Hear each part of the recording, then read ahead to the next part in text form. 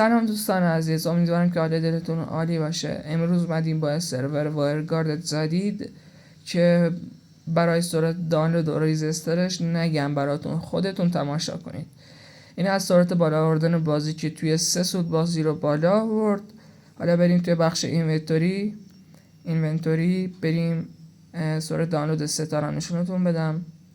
نگاه، توی کمتر از 2 ثانیه 3 تا دانلود میکنه دیگه، حد اکثر کمتر از 3 ثانیه. نگاه، حالا بریم سرعت دانلود چترا رو نشونتون بدم. فقط کافیه روشون کلیک کنید. نگاه، حالا بریم سرعت دانلود کلاه رو نشونتون بدم. اصلا یه چیز باور نکردنیه سرعت دانلودش. نگاه، توی 3 سود همه چی رو دانلود میکنه. حالا بریم سرعت دانلود مپ نشونتون بدم. نگاه، 292 288 282 279 270. اصلا یه سرعت باور نکردنی داره که پشماتون میریزه. بریم تست ریزستر پینگش هم نشونتون بدم.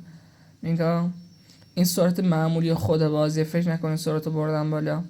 دیدید چه زوری طرفو زد. نگاه این یکی، حالا نگاه این یکی کنید. اصلا یه جوری میزنید طرف خودتون هر دو پشماتون میریزه. من خودم تا به حال همچین ریزستری رو نداشتم ندیدم توی کل ایران. نگاه کنید، فقط نمیخوام مثلا پوز بدم و اینا، فقط کافی خودتون تستش کنید. اینم از تست ریزستر سرور وایرگارد. میتونید از کانال تلگرامی دانلودش کنید که لینکش رو توی توضیحات همین ویدیو قرار میدم. میتونید وارد کانال تلگرامی بشید و از اونجا سرور رو دانلود کنید. نگاه این یکی کنید، یه چند ثانیه فقط دیدمش. نگاه، با چند تا تیر مرد. اصلا این ریزستر باور نکردنی داره.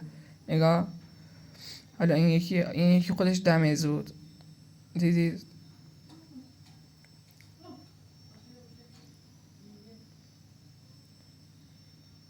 من دیگه حرفی ندارم، خودتون تماشا کنید.